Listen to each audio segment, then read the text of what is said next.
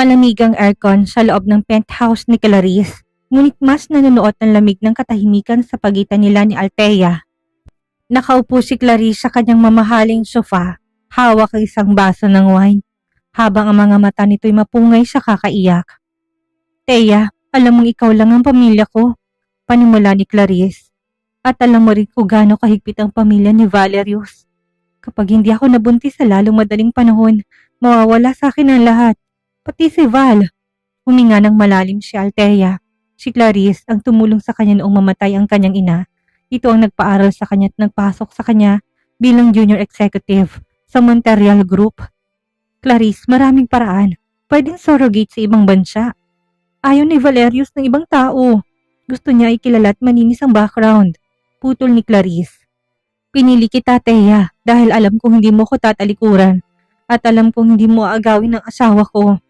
Tila tinusok ng karayom ang puso ni Althea sa huling sinabi ng kaibigan. Hindi niya maamin dito na noon pa man, bago pa man naging sila ni Valerius, ay lihim niya ng hinahangaan na lalaki mula sa malayo. Isang lihim na itinago niya sa pinakamalalim na sulok ng kanyang pagkatao. "Anong gusto niyong mangyari?" Mahinang tanong ni Althea. "Magpapakasal kayo sa sibil, isang marriage of convenience na tatagal lang hanggang sa may silang mong bata. Pagkatapos magde-divorce kayo at ako nang magpapalaki sa anak ninyo bilang akin. Babayaran ka namin ng halagang hindi mo na kailangan magtrabaho habang buhay. Isang transaksyon, isang kontrata. Yun lang dapat yun." Eksaktong bumukas ang pinto ng penthouse at pumasok ang isang lalaki may tindig na tila nagmamay-ari ng mundo. Si Valerius Monterreal. Ang kanyang itim na suot ay perpektong nakalapat sa kanyang matikas na katawan at ang kanyang mga mata, malamig gaya ng asero, ay dumapo kay Althea. "Nandito na palang babaeng sinasabi mo, Clarice." Boses ni Valerius, baritono at walang emosyon. Tumayo si Althea, nanginginig ang mga tuhod. "Good evening, Mr. Monterreal." Lumapit si Valerius sa kanya, tinaas ang kanyang baba gamit ang isang daliri at tinignan siya ng diretso sa mata. "Siguraduhin mong alam mong pinapasok mo, Althea. Kapag pirmado ng kontrata, pag-aari ko ng oras mo, ang katawan mo't ang bata. Walang urungan." Napalunok si Althea. Sa haplos ng lalaki tila may kuryenteng gumapang sa kanyang balat. Ito nang simula ng kanyang pagkakabilanggo sa isang lalaking hindi magiging kanya. Ngunit kailangan niyang paglingkuran para sa utang na loob. Pirmado ng mga papeles sa isang mabilis at pribadong seremonya sa harap ng isang judge na binayaran para manahimik.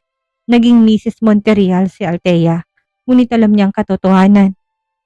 Ang singsing sa kanyang daliri hindi simbolo ng pag-ibig kundi isang kadena ng obligasyon. Kinabukasan dinala siya ni Valerius sa isang rest house sa Tagaytay. Malayo to sa ingay ng Maynila at malayo sa mapanghusgang mga mata ng lipunan. "Dito ka muna mananatili." Malamig na pahayag ni Valerius habang binubuksan ang pinto ng isang malawak na master's bedroom. "Clarice will visit you once a week. My staff will provide everything you need. Ang kailangan mo lang gawin ay manatiling malusog." Lumingon si Althea sa malaking bintana nakitang bulkang Taal. Magandang tanawin, ngunit pakiramdam niya ay isa siyang ibon na ikinulong sa gintong hawla. "Paanong trabaho ko sa opisina, Sir Valerius?" "You resigned yesterday," tipid niyang sagot. Humakbang ito palapit sa kanya, dahilan para mapaurong si Althea, hanggang sa sumadsad ang kanyang likod sa pader. Amoy na amoy niyang mamahaling pabango nito, isang timpla ng sandalwood at malamig na hangin. "And stop calling me sir. Asawa kita sa harap ng batas, kahit na pansamantala lang." "I'm sorry," bulong ni Althea, hindi makatingin ng diretso sa mga mata nito.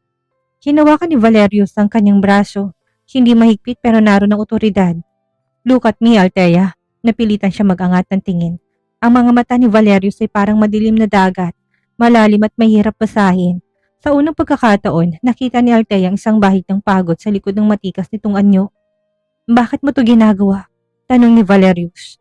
"Dahil ba talaga sa utang na loob kay Clarice? O dahil sa pera?" "Hindi lahat ng bagay ay may presyo, Valerius." Matapang na sagot ni Althea, kahit nanginginig ang kanyang loob. "Clarice is my sister. Gagawin ko lahat para sa kanya." Isang mapait na ngiti ang sumilay sa labi ng lalaki. "Sister? How noble. Pero sana paghandaan mo rin ang kapalit ng pagiging noble mo. This process, it's not just about medical procedures. It's about us. Sharing space. Sharing a life." Huwag mong kakalimutan na sa loob ng bahay na ito, ako ang masusunod. Nang gabing yon, hindi makatulog si Althea. Nakahiga siya sa malambot na kama, iniisip ang kanyang kaibigan. Bakit parang may mali? Bakit tila mas masaya pa si Clarice sa idea na perang makukuha kaysa sa bata? Maya-maya'y narinig niyang yabag ng mga paa sa hallway. Bumukas ang pinto't pumasok si Valerius. Nakatanggal ng korbata nito at bahagyang nakabukas ang 2 botones ng polo. Mukhang pagod ito at may hawak na baso ng whiskey. Hindi ka pa natutulog? Tanong nito. Ang boses ito'y hindi pa kasing talas ng kanina. Hindi po. Hindi pa ako sanay. Naupo si Valerius sa dulo ng kama. Malayo sa kanya pero sapat na para maramdaman niyang presensya nito. This is just the beginning, Althea. Bukas, pupuntang doktor para sa unang step ng procedure. Prepare yourself. Tumango si Althea pero ang puso niya'y naguhumiyaw sa kaba. Habang tinitignan niya ang likod ni Valerius, isang tanong ang pumasok sa isip niya. Sa likod ng malamig na facade na ito, may puso pa kayang lalaking ito?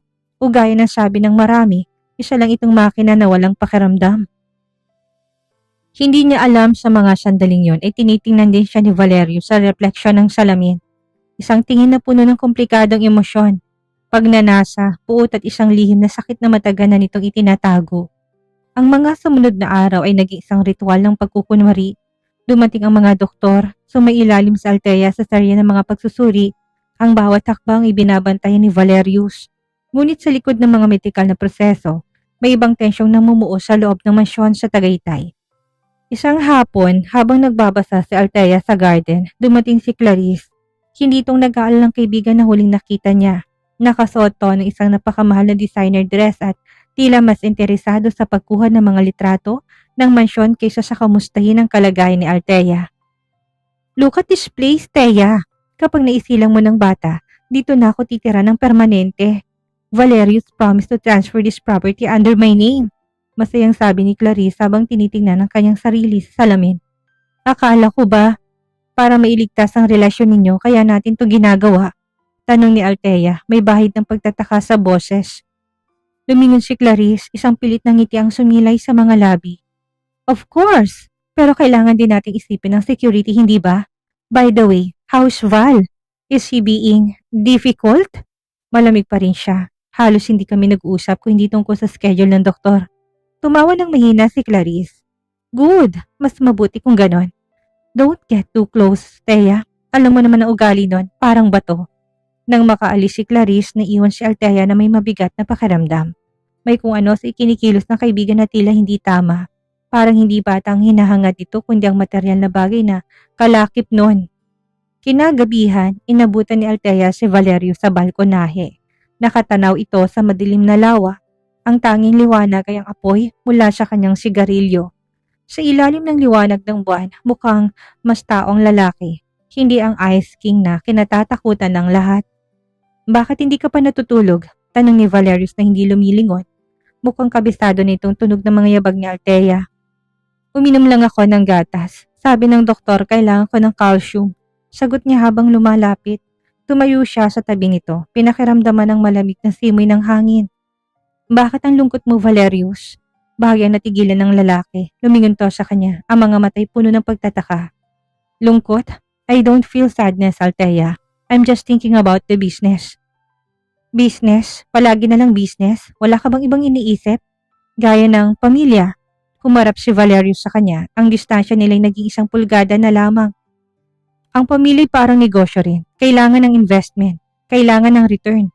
Si Clarice, alam mo ba kung bakit ko siya pinakasalan? Umiling si Althea. Dahil yon ang gusto ng lolo ko bago siya mamatay. Isang merger ng 2 pamilya. It was never about love. Pag-amin ni Valerius. Ang boses nito ay puno ng pagod na tila ngayon lang nailabas.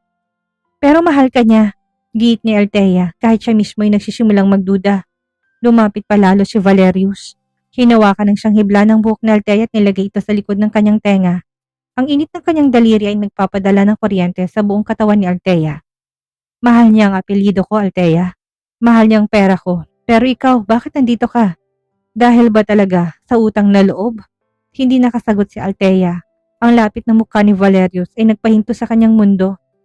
Sa sandaling yun nakita niya ang bitak, si Rebulto, Nakita niyang isang malalaking naghahanap din ng tunay na koneksyon sa mundong puno ng plastic. "You're different, Althea," bulong ni Valerius bago to tumalikod at pumasok sa loob. Iniwan si Althea na naguguluhan ng puso at isipan. Isang linggo matapos ang kanilang huling pag-uusap sa balkonahe, tila may nagbago sa hangin sa loob ng mansyon. Hindi na ganong katalim ang mga tingin ni Valerius at si Althea naman ay mas nagiging mapagmatsyag sa bawat kilos na lalaki. Isang maagang Sabado, imbis ng usual na business suit, bumaba si Valerius na naka-polo shirt at denim jeans. Mukha siyang mas bata, mas malapit sa katotohanan at mas gwapo. "Magbihis ka," utos nito habang nagkakape. "May pupuntahan tayo." "Saan? Dadalaw ba si Clarice?" tanong ni Althea habang inaayos ang kanyang simpleng suot. "Hindi, today is for us. I mean for your check-up in a different clinic. And after that, we'll get some fresh air. Masyado ka nang nakakulong dito." Hindi na nagreklamo si Althea. Sumakay sila sa isang SUV na si Valerius mismong nagmamaneho. Walang bodyguard, walang driver. Habang binabaybay nilang daan pababa ng Tagaytay, ang katahimikan sa loob ng sasakyan ay hindi na nakakabingi. Ito ay naging mapayapa matapos ang mabilis sa check-up sa isang pribadong klinika sa Silang. Dinala siya ni Valerius isang tagpo at malawak na flower farm. Ang paligid ay puno ng mga sunflowers at makukulay na rosas. "Dito ako dinadala ng nanay ko nung bata pa ako," panimula ni Valerius, habang naglalakad sila sa gitna ng mga tanim. "Bago siya namatay, sinabi niya sa akin na ang mga bulaklak daw ay parang tao. Kailangan ng tamang panahon para bumuka at hindi mo pwedeng pilitin." Napatingin si Althea sa kanya. "Hindi ko akalain na mahilig ka sa mga bulaklak, Valerius." "Hindi ako mahilig sa bulaklak, Althea. Mahilig ako sa katotohanan. At dito lang sa lugar na ito, ako nakakahinga ng maluwag." Lumingon siya kay Althea, ang seryosong ekspresyon ay napalitan ng isang malambot na tingin. Sa opisina, lahat may agenda. Sa bahay, si Clarice ay may hinihingi. Pero ikaw, parang wala kang hinihingi sa akin. Dahil wala naman talaga akong gustong makuha sa'yo, maliban sa matapos ang kontratang ito at makitang masaya si Clarice. Mahinang sagot ni Althea. Tumigil si Valerius sa paglalakad at hinarap siya. "Kahit na masaktan ka? Kahit na mawalang anak na dadalhin mo?" Natigilan si Althea, yun ang katotohanan ang iniiwasan niyang isipin. Ang bata, ang sanggol na magiging bahagi ng kanyang laman at dugo, ngunit kailangang ibigay sa iba. Yun ang usapan, yun ang sakripisyong kailangan. Biglang humangin ng malakas, nilipad ang ilang hibla ng buhok ni Althea sa kanyang muka. Agad na itinaas ni Valerius ang kanyang kamay para hawiin ito, ngunit sa halip na bumitaw, nanatiling kanyang palad si pisngi ni Althea. Ang init ng kanyang balat ay tila nagpaliyab sa damdamin ni Althea na matagal niya nang sinusubukang patayin. "Paano ko sabihin ko na ayaw ko nang matapos ang kontratang ito sa paraang gusto ni Clarice?" Bulong ni Valerius, ang kanyang mga matay nakapako sa mga labi ni Althea. "Valerius, bawal to," babala ni Althea, pero hindi siya lumalayo. Ang kanyang puso ay nagtataksil na naman. Tumitibok para sa lalaking dapat ay employer lang niya. "Alam ko," sagot ng lalaki bago unti-unting niyuko ang kanyang ulo. Sa gitna ng dagat ng mga bulaklak, naramdaman ni Althea ang unang dampi ng labi ni Valerius sa kanyang noo. Isang halik na hindi puno ng pagnanasa, kundi na isang pangakong mas malalim pa sa anumang pinirmahang papel. Ngunit sa hindi kalayuan, isang itim na sasakyan ang nakatigil. Sa loob nito, isang paris ng mga matang nagmamasid. Si Clarice at ang kanyang hawak na cellphone ay kasalukuyang kumukuha ng bawat tagpo. Isang mapait na ngiti ang sumilay sa kanyang mga labi. "Galingan niyo lang ang paglalaro, Althea. Dahil sa huli, ako pa rin ang mananalo," bulong ni Clarice sa sarili. Ang biyahe pabalik sa mansyon ay puno na nakakabinging katahimikan, ngunit hindi na itong malamig na katahimikan dati. May kung anong kuryenteng naiwan sa pagitan ni Althea at Valerius. Matapos ang sandaling yon sa flower farm, bawat sulyap ni Valerius sa rearview mirror ay tila may gustong sabihin, habang si Althea naman ay nakatingin lang sa labas. Hawak ang kanyang dibdib na hindi tumitigil sa pagkabog.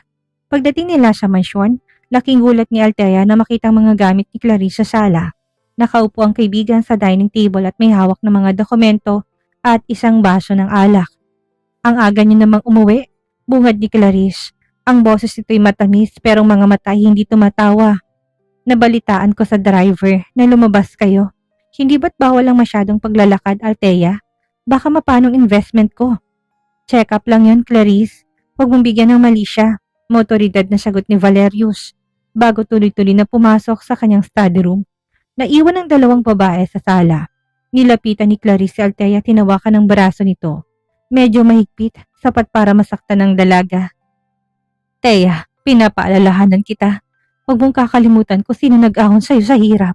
Bulong ni Clarice. Ang trabaho mo'y magbuntis, hindi ang akitin ng asawa ko. Kapag nalaman kong lumalagpas ka sa linya, sisiguraduhin kong wala ka nang babalikan. Clarice, wala akong ginagawang masama. Alam mong utang na loob ko sa iyo, depensa ni Althea, bagamat nakakaramdam na siya ng takot. Mabuti ng malinaw, sagot ni Clarice bago lumabas ng mansyon. Ngunit sa pagmamadali nito, may nahulog na isang maliit na folder mula sa kanyang bag. Dahil sa kuryosidad, pinulot to ni Althea. Ang laman, ilang serye ng mga bank transfers at isang medical report na may ibang pangalan. Ngunit ang mas nakakagulat ay ang petsa. Nakasaad sa report na si Clarice ay sumailalim sa isang operasyon 2 taon na nakakaraan. Isang operasyon na magpapatunay na hindi ito baog, kundi sadyang ayaw lang nito magbuntis para hindi masirang kanyang katawan. Nanlambot ang mga tuhod ni Althea. Niloloko ni Clarice si Valerius at hindi lang yon. Nakita rin niyang isang draft ng divorce settlement na inihanda na pala ni Clarice. Plano nitong kunin ang kalahati ng yaman ni Valerius gamit ang bata bilang alas at pagkatapos ay tatakas kasama isang lalaking matagal na nitong lihim na karelasyon. Anong binabasa mo? Halos mapatalon si Althea na marinig ang boses ni Valerius sa kanyang likuran. Mabilis nang itinagong folder sa likod niya pero huli na. Agad tong kinuha ni Valerius mula sa kanyang kamay. Habang binabasa ni Valerius sa mga dokumento, unti-unti nagbagong anyo nito. Ang kanyang pangay nagtagis at ang kanyang mga kamao ay nanginig sa galit. Ang Ice King ay tila naging isang aktibong bulkan na handang sumabog. Alam mo ba to? Tanong ni Valerius. Ang boses ay mababa ngunit puno ng panganib. Ngayon ko lang nalaman, Valerius. Sumpaman, akala ko talaga ginagawa natin to para iligtas ang kasal ninyo. Naiyak na sagot ni Althea. Tumingin si Valerius sa kanya. Sa gitna ng galit ng lalaki, nakita ni Althea ang isang bahid ng pagsisisi. Napakagaling niyang umarte. Ginamit niya tayong dalawa. Ginamit ka niya dahil alam niyang hindi ka marunong lumaban. Biglang hinawakan ni Valerius sa magkabilang balikat ni Althea. Althea, makinig ka. Mula sa sandaling ito, wala ng kontrata. Wala ng Clarice. Hindi kita hayaang maging biktima ng kasakiman niya. Anong gagawin natin? Tatapusin natin ang laro niya, pero sa pagkakataong ito, tayo nang gagawa ng sarili nating rules. Sa gabing yon, isang alyansang nabuo sa gitna ng pagtataksil. Isang alyansang nagsimula sa utang na loob, ngunit ngayon ay pinagtitibay ng katotohanan. At ng isang damdaming hindi na nila kayang itago. Ang gabi ay nabalot ng tensyon sa loob ng mansyon. Sa halip na matulog, nanatili sina Valerius at Althea sa library. Nakapalibot ang mga dokumentong nagpapatunay ng panloloko ni Clarice.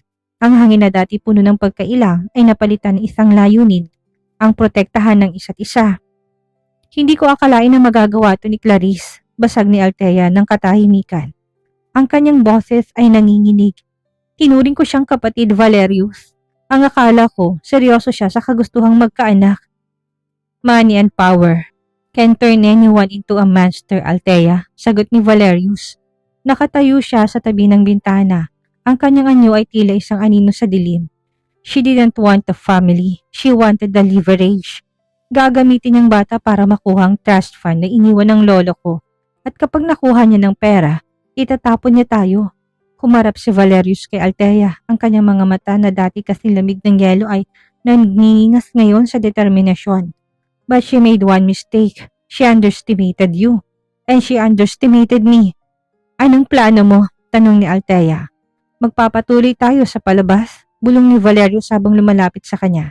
Hahayaan nating isipin na wala na tayong alam. Hahayaan nating isipin niya na kontrolado pa rin niyang sitwasyon. I want to see how far she can go with her lies before I take everything away from her. Pero ang bata, napahawak si Althea sa kanyang tiyan na wala pa namang laman. Ngunit ang idea ng pagdadalang tao ay tila naging mas mabigat. Paanong procedure? Ipagpapatuloy pa ba natin? Hinawakan ni Valerius sa mga kamay ni Althea. Ang init ng kanyang palad ay tila nagbibigay ng lakas sa dalaga. The procedure will happen, pero hindi to para sa kanya. Gagawin natin to dahil gusto ko. Dahil gusto nating bumuo ng pamilya na totoo. Althea, hindi na ito tungkol sa kontrata. I don't want a surrogate anymore. I want a partner. Natigilan si Althea. Valerius, anong ibig mo sabihin? I'm filing for an annulment secretly. It will take time but by the time the truth comes out, Clarice will have nothing. And you won't be just the woman who carried my heir. You will be the woman by my side. Hindi alam ni Althea kung anong sasabihin. Ang lalaking dati kinatatakutan niya bilang Ice King ay nag-aalok ngayon ng isang buhay na hindi niya kailanman pinangarap. Isang pag-ibig na nagsimula sa maling dahilan. Ngunit ngayon ay tilang tanging tama sa kanyang buhay.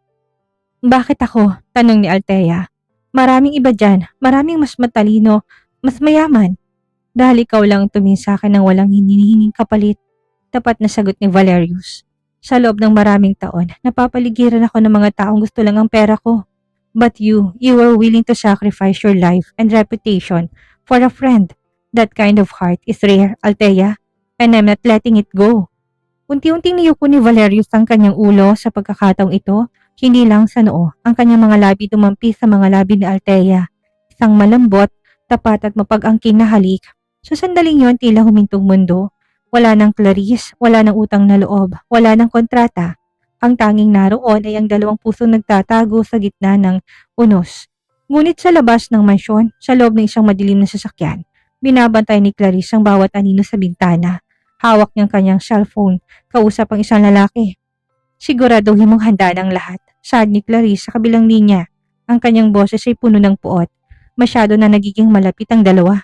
Kailangan nating bilisan ang plano. Kapag nakuha ko ng pirmadong papeles mula kay Valerius, wala na akong pakialam kung anong mangyayari kay Althea. Dispose her, if you have to.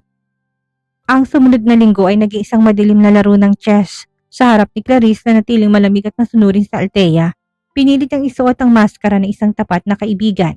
Kahit na tuwing nakikita niya ang mukha ni Clarice ay nakakaramdam siya ng matinding pait. Uminom ka nito, Thea. It's a special supplement from my doctor. Utos ni Clarice isang hapon habang bumibisita to. Nilapag niya isang baso ng kulay lila na likido. Naramdaman ni Althea ang titig ni Valerius mula sa kabilang panig ng silid. Bahagyang tumango ang lalaki. Isang hudyat. Ininom ni Althea ang likido, ngunit alam niya, base sa pabulong na bili ni Valerius kagabi, na pinalitan ng kanilang sariling tauhan ng laman ng bote ng gamot ni Clarice na isang simpleng vitamin syrup. Good girl, nakangising, sabi ni Clarice. Val, kailangan na nating pirmahan ng Educational Trust Fund documents para sa bata. Para pagkapanganak ni Althea, rekta na sa account kong pamamahala para hindi na siya maabala. I look into it, Clarice. Hayaan mo muna makapagpahingang asawa ko. Sagot ni Valerius, may di ng pagkakasabi niya sa salitang asawa na tila isang patama na hindi nakuha ng babae. Nang makaalis si Clarice, agad na hinila ni Valerius si Althea patungo sa kanyang silid. Are you okay? Did you feel anything? Bakas ang pag-alala sa boses na lalaking dati hindi marunong magpakita ng emosyon. I'm fine, Val. Vitamins lang naman ang pinalit niyo, hindi ba? Biro ni Althea para pagaanin ng loob nito. Ngunit hindi tumawa si Valerius. Sa halip niyakap niya si Althea ng mahigpit. I hate this. I hate seeing you pretend in front of that woman. I want to throw her out of this house right now. Konting tiis na lang, Val. Kailangan nating makuha ang ebidensya ng pakikipag-ugnayan niya sa lalaki niya para wala na makuha kahit na isang sentimo sa annulment. Paalala ni Althea. Hinawakan ni Valerius ang mukha ni Althea. You're too brave for your own good. Alam mo ba yon? Natutunan ko sa asawa ko, nakangiting sagot ni Althea. Sa mga sandaling yon, ang tensyon ng kanilang plano na palitan ng init ng pagnanasa. Hindi na napigilan ni Valerius ang sarili. Binuhat niya si Althea at dahan-dahang inihiga sa kama. Sa ilalim ng malambot na liwanag ng lampara, tila naging totoo ang lahat. Hindi na ito para sa isang tagapagmana, hindi na ito para sa isang kontrata. Ang bawat halik ni Valerius ay nagsasabi ng mga salitang hindi pa niya kayang bigkasin ng malakas. Ang bawat haplos ni Althea tugon ng isang pusong matagal na naghihintay na mapansin. Sa gabing yun, tuluyan na naglahong distansya sa pagitan ng boss at ng sekretarya. Sila'y naging dalawang kaluluwang naghahanap ng kalinga sa gitna ng kasinungalingan. Gayunpaman, habang natutulog si Althea sa bisig ni Valerius, ang cellphone ng lalaki umilaw sa bedside table. Isang message mula sa kanyang private investigator. Sir Kumpirmado, si Clarice ay balak na tumakas patungo sa Switzerland sa susunod na buwan. At ang lalaking kasama niya, siyang karibal niyo sa negosyo, si Marcos Delgado, At may mas malala pa, balak nilang ipa-abort ang bata kapag nakuha ng pera. Nagtagis ang panga ni Valerius. Tumingin siya sa natutulog na si Althea. Sinumpa niya sa sarili na hindi niya hayaang madungisan ng mga kamay ni Clarice at Marcus ang inosenteng buhay na sisibol sa sinapupunan ng babaeng mahal niya. The game is over, Clarice. Bulong ni Valerius sa dilim. And you won't like the ending.